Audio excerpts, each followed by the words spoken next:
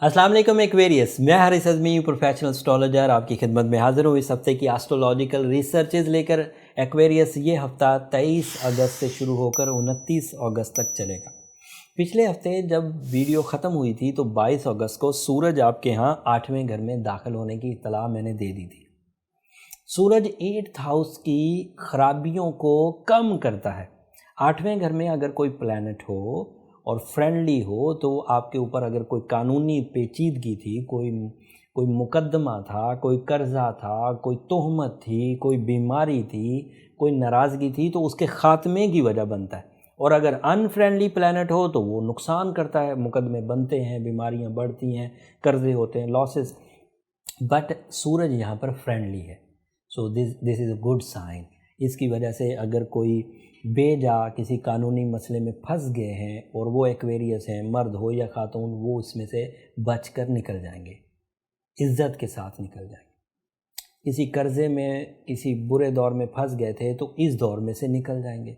Even अगर कोई ऐसी डिज़ीज़ जिसको पिछले दिनों तक मेडिकली ट्रीट करने के बावजूद वो सॉर्ट आउट नहीं हो रही थी, अब सूरज जहाँ जिस पोजीशन पर है उस बीमारी के लिए जो भी आप मेडिकल एड लेंगे वो टू द टारगेट काम करेगी। आपका इम्यूनिटी सिस्टम उस बीमारी को रिपेल करने में मदद देगा। इवन नाराज़गियाँ भी ख़त्म होंगी। इसके और बहुत सारे एडवांटेजेज है, जैसे आपका अगर करेज डिक्रीज़ हो गई थी तो वो बढ़ेगी, ब्रेवरी डिक्रीज़ हो गई थी तो वो बढ़ेगी, खौफ बढ़ गया था तो वो कम होएगा। और भी बहुत साइकोलॉजिकल इम्पैक्ट्स हैं। एज इफ़ेक्ट भी कम हो जाता है अगर सूरज 8वें घर में हो। गमों को डील करने के लिए भी आपके अंदर करेज प्रोड्यूस होती है। सूरज के इतने फ़ायदे। मरकरी आपके यहाँ 7th हाउस में है। तमाम वो जोड़े जिनमें मिसअंडरस्टैंडिंग्स थी, तमाम वो कपल्स शादीशुदा जिसमें मिसअंडरस्टैंडिंग्स थी, मरकरी के 7वें घर में होने से मिसअंडरस्टैंडिंग्स रिपेयर होती। रिलेशनशिप चलाने के लिए जहाँ सिर्फ जज्बात इस्तेमाल हो रहे थे, अब वहाँ जहानत भी इस्तेमाल होगी। तो जज्बात में कभी कभी फूलिश डिसीजंस आ जाते हैं, बट जहानत होगी तो हम लोग उस बेकार से डिसीजन से बचेंगे। दूसरे की फितरत को समझकर, अपने साथी की फितरत को समझकर हम डिसीजंस ले पाएंगे। इससे भी रिश्तेदारी में काफ़ी मदद मिलती। फिर मरकरी अगर 7वें घर में हो तो इससे लाइफ पार्टनरशिप में जो एडवांटेजेस मिलते हैं वो तो मिलेंगे ही मिलेंगे।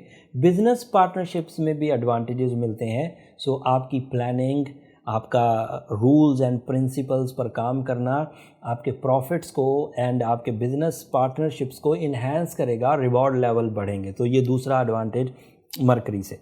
मार्स आपके 3rd हाउस में। मार्स काफ़ी हाउसेस में पॉजिटिव होता है, बट आपके लिए 3rd हाउस में वो पूरे सोलर सिस्टम में जितना भी घूम ले सबसे ज़्यादा ताकतवर तीसरे ही घर में होता है। तीसरा घर उसका अपना है। इस एडवांटेज के, इस पोजीशन के आपको क्या एडवांटेज होते हैं? मार्स 2 साल बाद आता है। पहली दफ़ा आपने 2018 में देखा, दूसरी दफ़ा 2020 में देखा, अब जब तीसरे घर में आएगा तो 2022 होगी। उससे पहले ये तीसरे घर में नहीं आने वाला।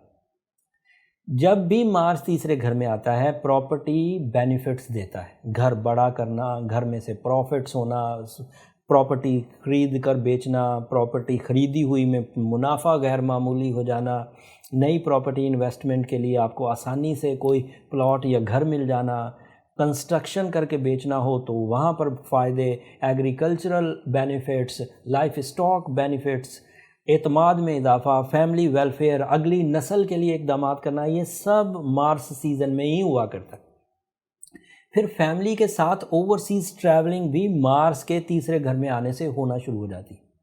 अगर कोई कपल एक दूसरे से डिस्टेंस पर है, मतलब एक कंट्री में है और दूसरा उसका कंपेनियन दूसरी कंट्री में है, तो मार्स तीसरे घर में आए तो उन दोनों के इकट्ठे होने के चांस बन जाते हैं। या वो वापस आते हैं होमलैंड पर, या होमलैंड वाले उधर चले जाते हैं। ये भी पॉसिबिलिटीज़ होती। एंड आखिरी खबर, यूरेनस आपके 4th हाउस में है। सो आपको अपॉर्चुनिटीज़ इस तरह की मिलेंगी कि अगर आप उन अपॉर्चुनिटीज़ को कैरी करते जाएं तो एक मौका कामयाबी में बदल कर दूसरे मौके की आपको बुनियाद रख देगा। फिर दूसरा मौका कामयाबी में बदलेगा, वो तीसरे मौके की। सो इसका मतलब होता है कामयाबी दर कामयाबी दर कामयाबी। इस तरह ये एक तसलसल वाला प्लैनेट है जो आपको सपोर्ट देता रहेगा, जिसकी वजह से आप अपनी ज़िंदगी में सुख और सुकून पैदा कर सकेंगे। ये एक तरतीब थी एक्वेरियस जो आपके लिए बेहतरीन प्लैनेट्स हैं, लेकिन अपने अंदर जो भी तब्दीलियाँ लानी है उसे तेज़ी से लाइए। 29 सितंबर को अगले महीने के तकरीबन इख्तिताम पर सैटर्न फिर डायरेक्ट हो जाएगा, एंड सैटर्न आपके यहाँ 12th हाउस में है, एंड फिर आपकी 67 शुरू हो जाएगी। तो उससे पहले पहले अपनी चीज़ों को फुलफ़िल करिए, अपने डिसीजंस लीजिए, अपने सीडिंग्स करिए, प्रोजेक्ट स्टार्ट करिए, उन्हें तकमील तक ले जाने की कोशिश करिए, ताकि जब 67 आए तो जो उससे हेजिटेशंस पैदा हों वो आपको ट्रबल ना दे सकें। एज अ एक्वेरियस अगर अभी से ब्लू सफ़ायर पहन लिया जाए, अगर अभी से सूरह शम्स दिन में पढ़ी जाए और सूरह नजम रात में पढ़ी जाए, तो 67 कुछ कहे बगैर ही गुजर जाएगी। और ऐसे एक्वेरियस जो अपने अंदर कुछ सिकनेस फील करें, कुछ कमज़ोरियां महसूस करें और उन्हें अपनी उन कमज़ोरियों के कॉजेज़ पता करना हो कि वजूहात क्या हैं, तो उनके लिए ये नंबर नीचे चलते रहते हैं। आप इन पर रब्ता करके अपने पर्सनल चार्ट की तरफ जा सकते हैं, बर्थ एनालिसिस करवा सकते हैं, बट वो फ्री फोरम नहीं है एक्वेरियस, होपफुली आप अंडरस्टैंड करेंगे। ये इस हफ़्ते की इन्फॉर्मेशन थी जिसको मैं बेहतरीन मानता हूँ आपके लिए, एंड उम्मीद करता हूँ कि हर वो एक्वेरियस जिसके अंदर ज़रा सा भी स्पार्क है कामयाबी के लिए, वो इन प्लानिटरी सिचुएशंस को भरपूर अंदाज से यूज़ करके अपनी कामयाबियाँ हासिल कर लेंगे।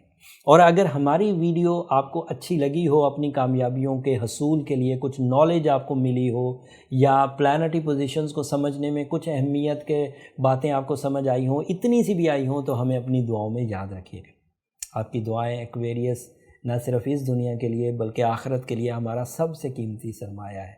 चैनल को भी ज़रूर सब्सक्राइब कर लीजिएगा। आपकी सब्सक्रिप्शन से मेरी और मेरी टीम की हौसला अफजाई होती है। अगले हफ्ते मज़ीद एस्ट्रोलॉजिकल इवेंट्स की रिपोर्ट एंड रिसर्चेस के साथ आपकी खिदमत में दोबारा हाजिर हूँगा। तब तक के लिए इजाज़त दीजिए। अल्लाह निगहबान।